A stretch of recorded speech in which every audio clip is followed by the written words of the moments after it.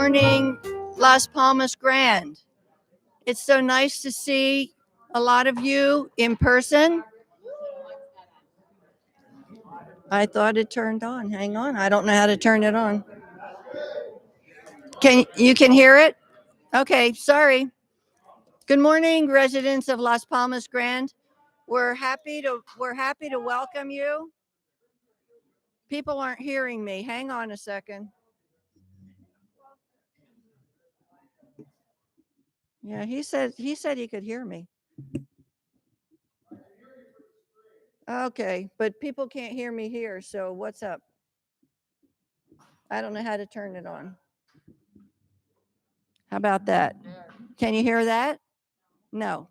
Okay, just bear with us a second. I don't know where it is. I don't see any button. Okay. Technical difficulties.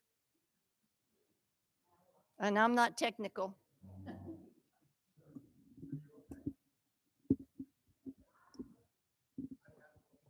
Hello?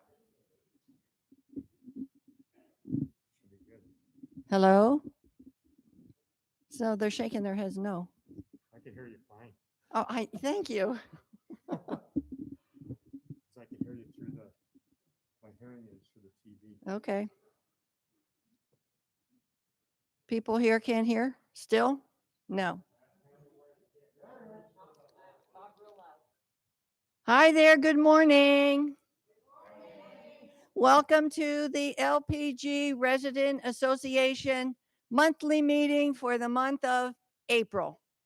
I was going to say March and give you an April Fool, but too late. So we're glad to have you here, and we're glad to have all those who are watching us on YouTube. We hope that you will find the meeting interesting and informative today. But we're happy to see every month, it seems like we get a few more people in the room. So we're happy to see that with, the COVID regulations being relaxed a little bit. So thank you all for being here. I want to remind people in the ballroom here that we have 50-50.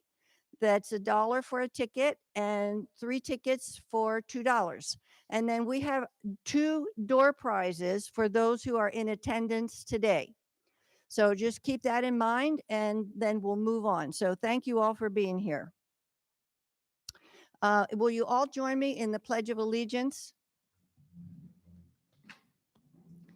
I pledge allegiance to the flag of the United States of America and to the republic for which it stands, one nation, under God, indivisible, with liberty and justice for all. Thank you. I forgot to introduce myself. I'm your president this year, Margaret Jacoby, and I'm happy to be in this position, and I'm really happy that the board has stepped up and we've done and accomplished quite a few things that we'll report on a little later in the meeting. So let's have the minutes, and then I will introduce board members. And one thing I will remind you, board minutes are usually posted on the website, but we had a technical glitch this month and they didn't get up in time.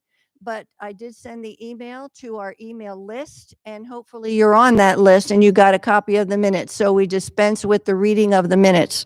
So can I have a motion to accept the March 4th minutes of the board of this general meeting? Thank you, Lois. Can I have a second? Thank you, Sharon. All those in favor? Any opposed? And any abstentions? Okay, great, thank you. So I would like to introduce the board members, and they'll stand in their spot and just wave at you. So again, my name is Margaret Jacoby, and we have our secretary down at the end is Pam Williams. There she is, okay. And then we have Peggy Marcone. She's our first vice president. Over here to my right is Sue Smith, and she's our second vice president. And then we have Walt Smiles on the end, and he is our treasurer extraordinaire. Thank you. Okay, Walt, will you give the treasurer's report?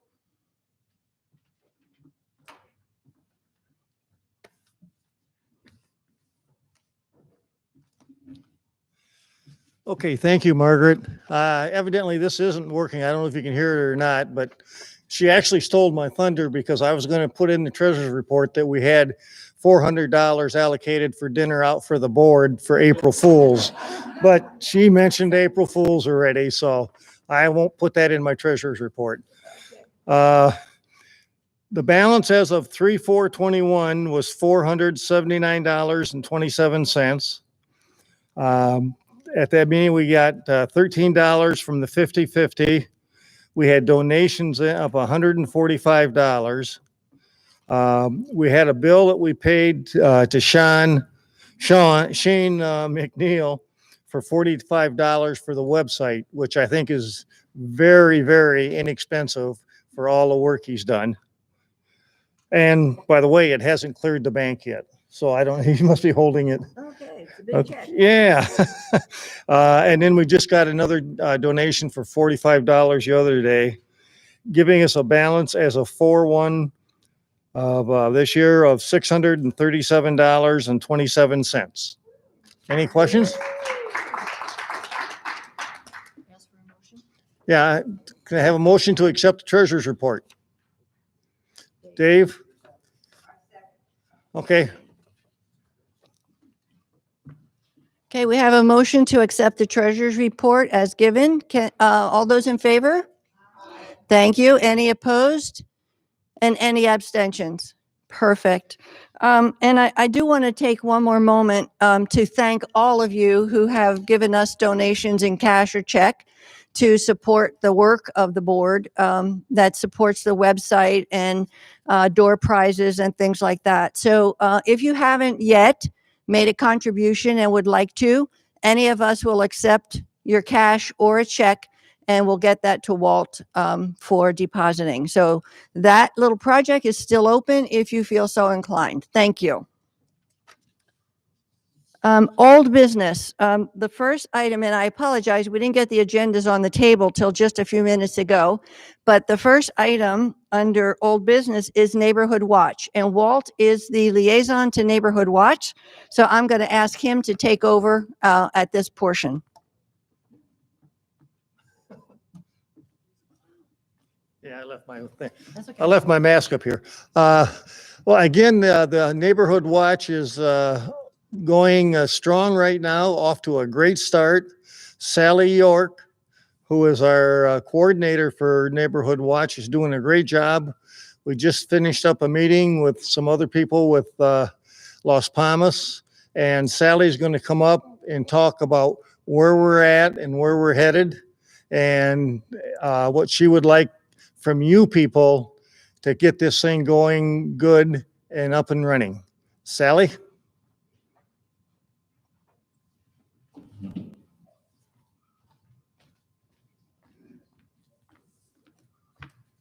Thank you, Walt. Well, my name is Sally York, and I've lived here at Las Palmas Grand for 2 years. I happily retired here from Washington State, and my background is I'm a retired RN, and over half of my 40-year career was spent in public health with the Washington State Department of Health, working on community programs, every single aspect you can think of. So this is, to me, this is a very good program. I've worked on one before in my own neighborhood back in Washington. So I think it'll be a real asset to LPG as we develop this program. So I want to give you some information about it. I've been working on this for the past couple of months. I've met with LPG management, the LPGRA board, and I've talked to Neighborhood Watch folks that have worked here previously on the Neighborhood Watch program a number of years ago. And I've also connected with the Las Palmas and Palmas del Sol Neighborhood Watch programs. And very specifically, the coordinators at Las Palmas are going to work with us very closely. Their program is about 8 years old, and they're in the process of revitalizing it right now. And we are going to roll out the exact same program as Las Palmas.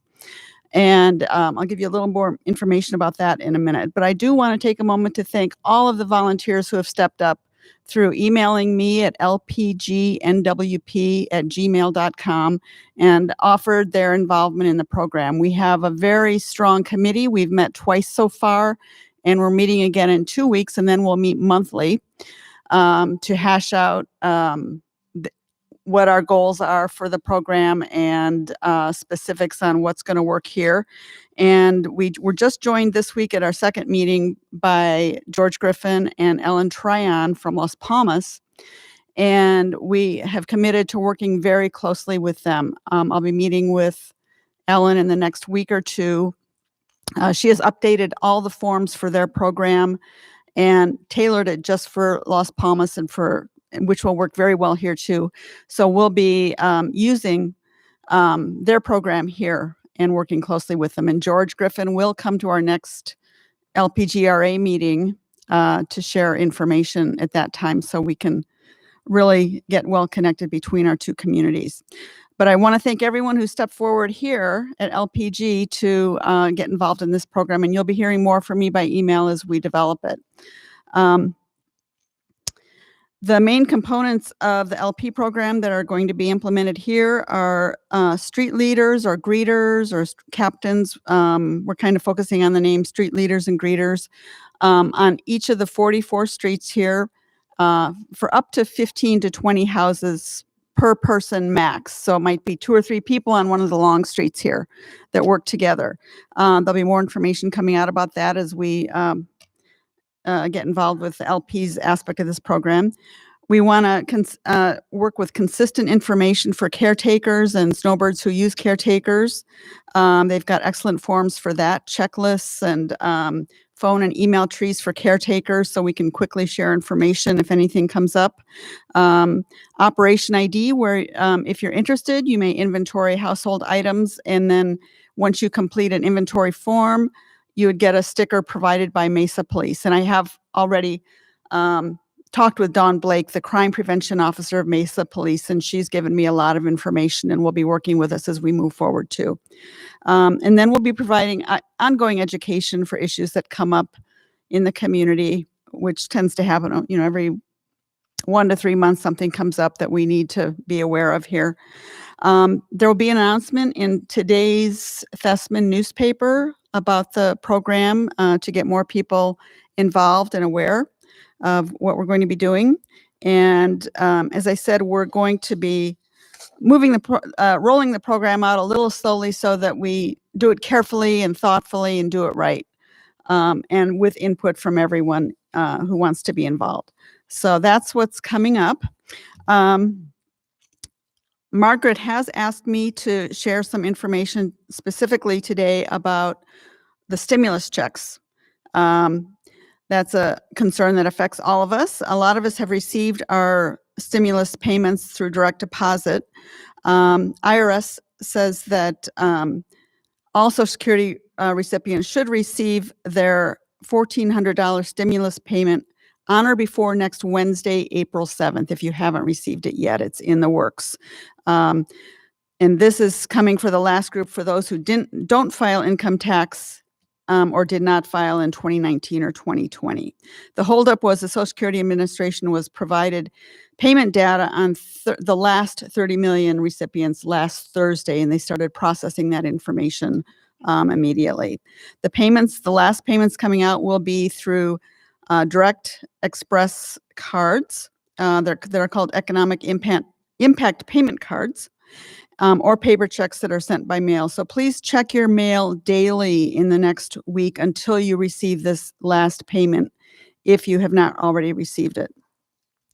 You can also go on the IRS website. They have a Get My Payment tool, coronavirus Get My Payment page, and you can enter some information and track where your payment is in the process if you haven't received it yet. The debit cards that are being mailed out to some folks are called an economic impact payment card. Please don't throw them out if you think it's a scam or junk mail. There's some ways to verify it. It is a blue card with gold stars. It has a security chip on it and a 3-digit security code on the back. And your name is on the card. And it's a Visa debit card issued by Meta Bank. It'll be in a white envelope that says Economic Impact Payment Card on the return address section with an Omaha, Nebraska post office number at that return address. And there will be a U.S. Treasury logo on the white envelope. And it also has red lettering on the envelope that says, not a bill or an advertisement, important information about your economic impact payment. These EIP debit cards can be used online, in stores, or deposited from an ATM or inside a bank with a bank teller. They can be deposited into your account of your choice. If the card is lost or destroyed, there is one phone number to call, and it's the same number you call to activate the card when you receive it. If you lose it or it's accidentally destroyed, you want to call this number and they will deactivate the card. And when you call this number to activate your card, you have to set your 4-digit PIN, and you can check your balance on the phone. You may have to provide the last six digits of your Social Security number, and may have to give your name, address, and date of birth over the phone when you verify or activate your card. Then sign your card and keep it in a safe place until you use it. It cannot be replaced. And the current scam going on right now related to these cards are people are approaching recipients and telling them they have to pay to activate the card. That is completely false. So be aware of that. Are there any questions about the Neighborhood Watch program before I finish here? Nope. Okay. Well, stay tuned. More information is coming out in the next few weeks, in the next month or two. So thank you very much.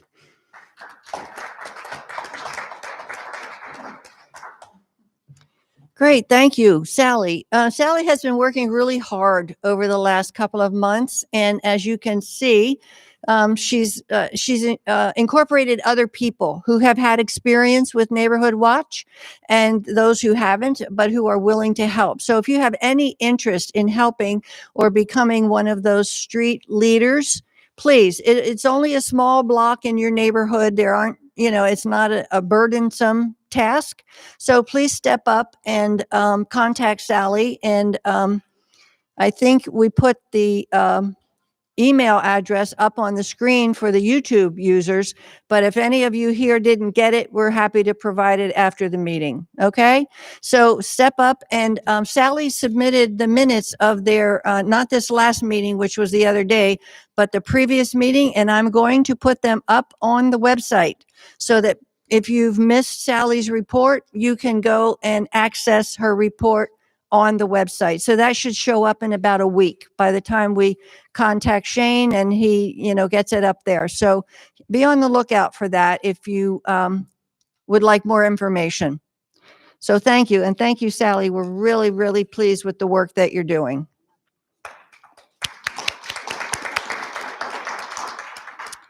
Okay. Some of you know, maybe all of you know, that we have a quarterly newsletter that is in addition to lifestyles that we receive from Thesman.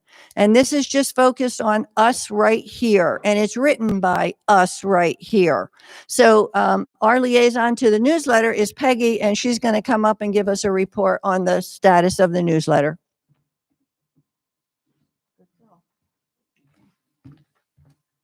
Hi.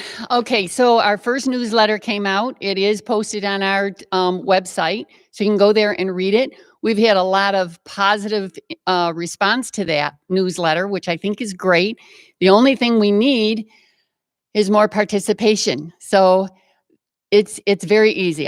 We have forms up here on the table if you want to fill this out. There's also an email address on there that you can send your contribution directly to Shirley Ann Crane. She's right here in the neighborhood, and she also wrote a newsletter previously for a hospital. I thought it was. So she's excellent at this. She's done a very good job. She has put some extra things in there that we didn't even think of, she thought of. So she's been doing a great job on this. And people say, well, I'm not a writer. I'm not a news reporter or anything. This is just for fun. It's for us to get to know others in our community. So little stories about maybe where you came from, or, summer's coming and a lot of people like to run away from the heat. I've been dying for it to get here.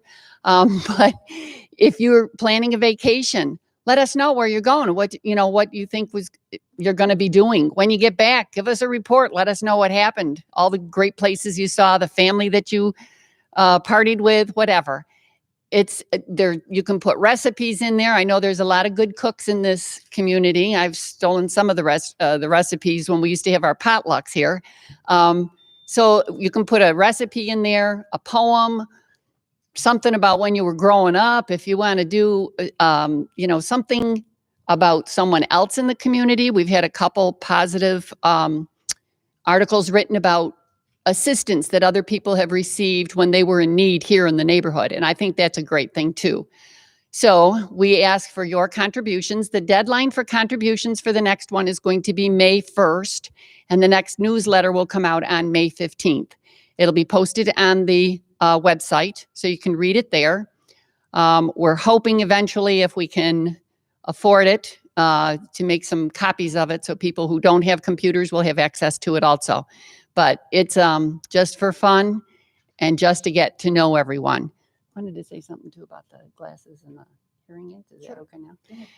The one thing we brought up last month was making donations to the Lions Club. This is separate from the newsletter, although I think it was in the newsletter. Anyway, we've been collecting glasses and hearing aids, and we're still collecting. So if you do have glasses or hearing aids you want to donate to the Lions Club, please do.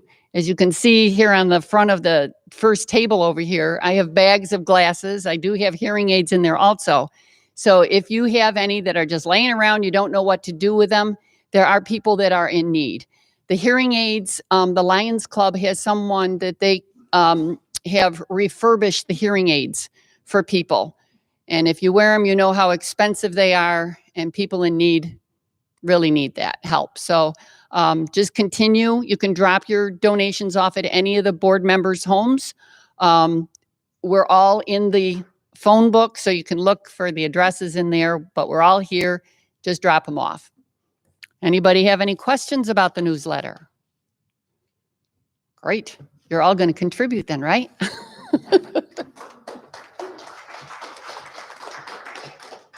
Great, thank you. Aside from being posted on the website, we do have an email list, and I do send out the newsletter or the minutes or anything, the AMHO newsletter. I send all that out to our email list. If you're interested in having your email added to that list, please contact us at lpgra.board@gmail.com and tell us you want to be added to the list, and we'll get you on there within a few days of your request. So the next newsletter that comes out in middle of May will be sent out to that list, as well as being posted on the website. So thank you. The next item we had on the agenda was recycling. The only thing I have to say about recycling is we have a proposal into management about starting with aluminum cans, soda cans, drink cans, those kinds of things. Just that. No plastic bottles yet, no nothing. We're waiting for a decision from management. Some management members are not in favor of it because of the mess that was made the last time we had recycling out there in the trash area. This is a whole different project and prospect, and we have a volunteer in the community who's willing to head it up, collect the aluminum cans, and then take them to the recycling center for distribution. We're hoping that they'll approve the project, because what we'd like to do with the proceeds is donate the proceeds to some veterans organizations, some children in, some people in need, some nonprofit organization that could use a few dollars every few months. So we will keep you posted and keep your fingers crossed that management approves the proposal that was sent. The next part of the agenda is what we call the open items list. We meet with management the second Thursday of the month. So this is the first Thursday. Next Thursday, the board will meet with management and we bring up any concerns that you have made us aware of, either by email or contacted us, or we have a form up here called the concerns and suggestions and compliments form. Once you give that to us, we add it to the agenda and it looks like this. So all the items that we bring up to management, we keep track of here. And at this meeting, I tell you what has happened with those items on the agenda, whether they're closed or they're still open. So right now, we still have lease signing on the open items list because none of us have received our leases yet. We spoke with management about it last month and they said, no, they haven't received them yet. And some people had a concern that without signing a new lease, we're technically on a month-to-month lease, which would allow management to raise our rent, but they have assured us that is not going to happen. They are not considering us on a month-to-month right now, even though technically that's how it stands. So we're just waiting. We're waiting for approval from the California headquarters, whether that's legal or whatever it is. But they've made a number of adjustments, and so it's taking time to get that through. So we keep on that every time we meet with management. I just mentioned about the recycling. Christy and Todd Lutz both have copies of the proposal, and we're just waiting for some response. COVID-19 vaccination. Some of you may be aware that we did try to get vaccines delivered here, and people that couldn't get out, people that are, maybe not drivers or they're confined to their homes. We worked on that with management for a number of weeks and put in a lot of time. But what we found out was that if the county or the state were to approve us as a site, we would have to allow the public to come in and get their shots as well. And that would be up to 300 cars a day. And that just wasn't feasible, not possible here. So a letter went out to tell people by email, and those who don't have email, the board hand delivered those letters to those people to make them aware of a specific phone number that they could call to get a vaccine appointment and what they could do and how people can find to home. There is a special number in that letter. And if you're interested in knowing that, I can provide that to you, where someone will come to a person who's, they call it qualified as not being able to get out of the house at all. There is a special number to call where they will come to that person's house and deliver the vaccine to them there. So if you're interested or know someone who that might impact, let me know and we'll give you the contact information. Let's see.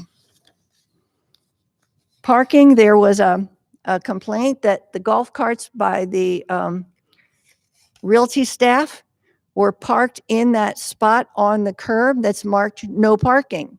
And that's marked no parking so that emergency vehicles, if there was something happening in the clubhouse, they could come up and they would be able to roll up the ambulance right there and bring in the equipment that they need. Well, that was a one-off situation where someone just pulled in there without thinking. The staff has all been counseled on that, and I haven't seen anybody park there recently. So we're assuming that that's been taken care of and it's a closed situation. The Lifestyles newsletter, they have been putting pictures of people, introducing them new to the community. And there was a suggestion that the lot number be included. I think Las Palmas includes the lot number and some others. What we were told by the activities office is they chose not to do that because they felt it was a privacy issue. and they didn't want to invade people's privacy by putting out the lot number of the new residence. So as far as LPG is concerned, there will be no lot numbers in that new resident section of the newsletter. We had complaints about non-residents using the sports courts and the pool. We had quite a discussion about that. I think the board would agree. And one of the things that happened is right after we had that discussion, we all got the letter that restrictions were being lifted, and non-residents who were family members could, with the resident, go to the pool, use the sports courts, with this more relaxed restriction. So again, people who don't have email, the board delivered those letters to those people as well, hand delivered a printed letter, so that all people would know that the ballroom was open, the pool was open, and they could take advantage of more activity. Customer service, we had a few complaints of rudeness from the customer service team. And the team has been counseled by Christy. My feeling is that this COVID lockdown has all of us on edge. And we may come into the office or phone the office and we're agitated about something. I mean, I've been agitated myself. I'm tired of being locked up, and not having places to go and having to wear masks all the time and, all of that. So I can also imagine that the staff feels the same way. And they were under a lot of pressure. They're still under a lot of pressure. People are still calling about leases and dogs and other things. So I think from my perspective, we all need to just be cognizant that everybody has some stress in their life. And we need to be as considerate and conscious of that as we can. So if we have a complaint to make, let's try to make it in a reasonable fashion. And I think that the staff will respond in the same reasonable fashion. So we are closing that item on the open items list. One item that was brought up at the last meeting with management, and was brought up by Peggy, and thank you, Peggy, was about the blood drive. Activities jumped on it right away. And I think you're aware that the blood drive will be on April 27th from 9 a.m. to 1 p.m. There is a flyer, I think, in the mailroom that explains more about the blood drive. But, with all the hospitalizations that have been happening, the blood supply has been dwindling. So this would be a great opportunity. If you're able to donate blood, this is a perfect opportunity. It will be right here on the site, so you don't have to drive to some location in Mesa or Phoenix or somewhere else. So I thank Peggy for bringing it up, and activities jumped on it right away, and now we're scheduled with a blood drive. So I just want to tell you that management is pretty responsive when we bring anything to their attention, and we bring it in a constructive way. We don't try to be aggressive or confrontational. We talk about what are the concerns of the residents here, which are you and me, all of us. And they do respond. And sometimes we don't like the answer that we get. Yeah, exactly. Sometimes we really don't like the answer that we get. But, the feeling of the board, I think I speak for all of us, is they listened, they heard what we had to say, and they gave us, for the most part, a rational explanation of why this can't be done, that can't be done, or, that they weren't able to follow through. Now, over the last mailbox theft issues, we've talked about that a couple of times with them. And there are lights on in the mailroom in the evening. There are more cameras, cameras by the pool now. I think we've noticed that they're out by the pool area, and there are motion detectors. So we're trying to really encourage management to take those steps. And it's not that expensive to do that. And it gives all of us peace of mind and a sense that management cares about what's happening here. And Neighborhood Watch, I think, also is very instrumental in bringing up those kinds of issues and having management respond in a positive way. So that's what I have on the open items list. I will entertain any questions. We do have an open question period at the end, but I'll entertain questions now if you have any questions on these items. If you have something new to bring up, please pick up one of these forms, fill it out, give it to us. We do not share your name or lot number with management. That is just for us to make sure that it's a legitimate complaint or a concern. We never share that information with management unless it's something particular to your situation where, excuse me, they would have to go to your site or address it with you personally. That's the only time we release that information. So please feel comfortable filling out one of those forms, and we will address it with management at the first opportunity. So any questions on any of that? You guys are great. You're awesome. No questions. I love it. Okay, so new business. I was going to talk about the blood drive, but we've got that. We talked about the eyeglasses. We've got that. We have posted recently on the website, and I'll repeat the website address, lpgra.org.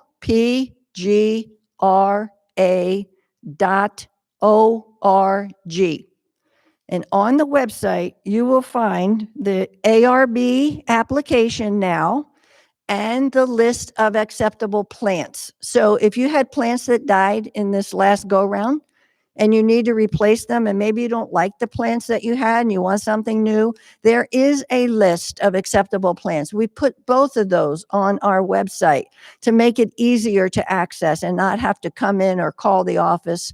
Hey, can I pick up one of those forms? Hey, will you email me one of those forms? They are on the website. You can print them from the website and then fill them out and get them back to the office.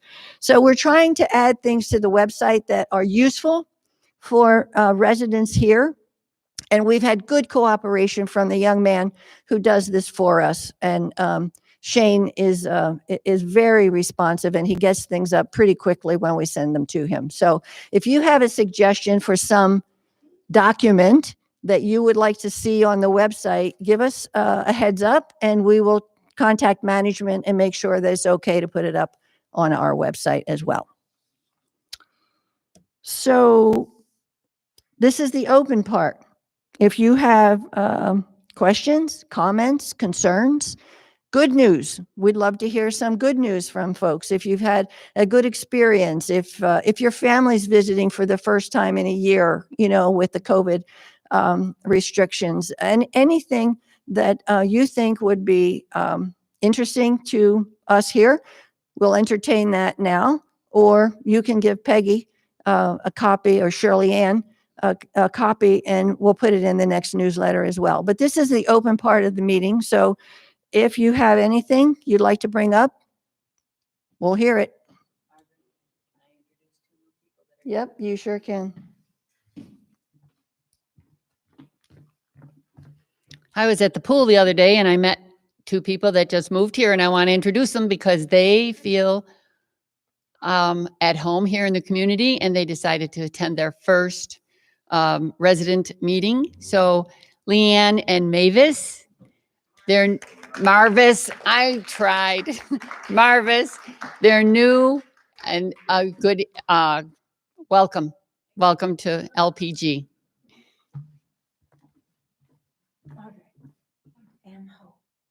I will. Thank you. We want to welcome you as well, and thank you for being here at the meeting. Encourage your friends and neighbors to show up. Just one reminder, last month we had representatives from AMHO, and we've talked about AMHO in the past.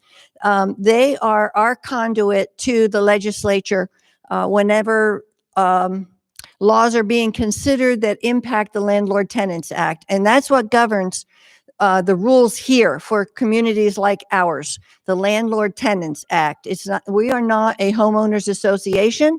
We are a residents advisory group, but AMHO is that official arm for us. We can contact them if we have some issues that we think are not being handled appropriately by management here. They also conduct training sessions, and I'm going to invite them in the next few months to come in and do one of their training sessions here. I've attended them. Peggy has attended them. I know some other folks within the park have attended them. John Latson, for one, I know he's pretty active and does that. Very, very informative and helps us understand what are the rules that govern what management can do and can't do, and what are our responsibilities as residents, and what protections are there for us when something doesn't, when something goes awry. So there's information up on the table. I emailed the latest newsletter. If you want to get that, contact me. I'll put you on the email list and I'll send that email out to you. They also have a program about storm damage to your roof. Now, we have been informed that in September of 2019, I think it was, there was a hailstorm. Many roofs were damaged, and we may not even be aware of it. But storm damage specialists, there's a flyer there, will come out and look at your roof and tell you whether you have legitimate storm damage or not, and they will work with your insurance company to get that roof repaired or replaced. And your only responsibility would be the deductible under your insurance coverage. So if you're not sure, if you're just curious, there's a flyer up there, and feel free. I know several of us have had them out. And anybody had them replace the roof? Oh, awesome. Look. 1, 2, 3, at least 4 people here have had their roofs replaced and had good results. So feel free to pick that up, or any of the other information. Sue here is our conduit to AMHO. So if you have some questions or you need some other information, Sue Smith is the gal to contact.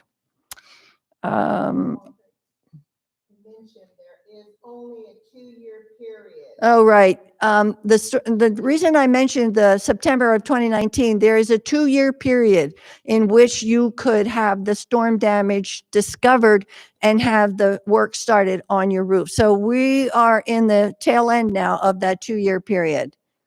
Yes, somebody else.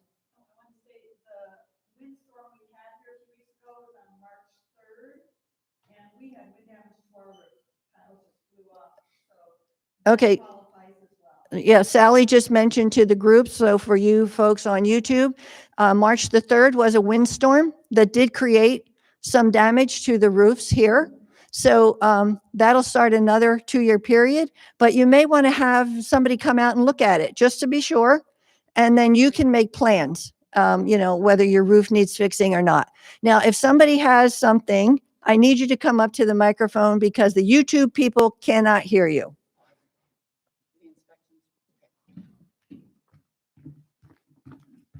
When we called storm damage specialists to come and look at our roof, we knew our roof was old, but he showed us how much damage. He actually took pictures of it and showed it to us, so we knew it wasn't bogus.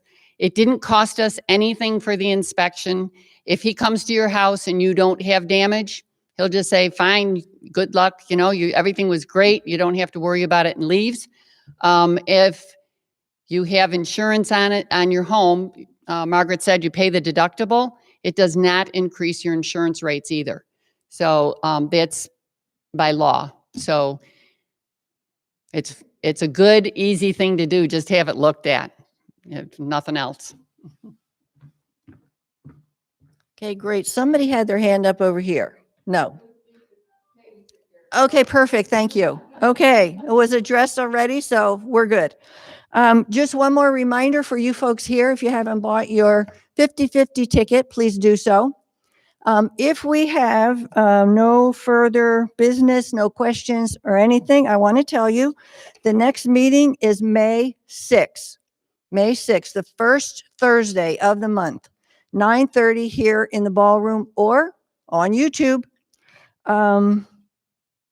Yes, we hope that more of you will join us. Larry Smith is our technical guy back there. He gets us on camera. He runs the sound. He posts up on YouTube.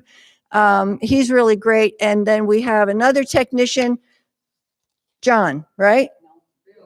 But I'm sorry, Bill.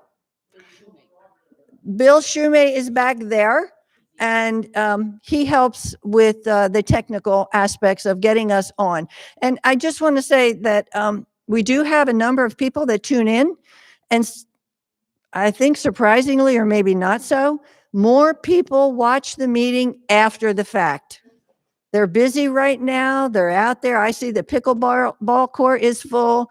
Bocce ball is going to start in a few minutes. They're busy, but they get online later and they watch us and get caught up. So we're really happy. And Activities has helped to get this underway, and the board has been supportive. And Larry has been just amazing in getting this done. And if you ever watch the YouTube, he has names that he puts up so you know who's speaking. He has the phone numbers up if there are phone numbers. He has websites. He has email addresses. He tries to make it easy for people who watch YouTube to know what's going on here.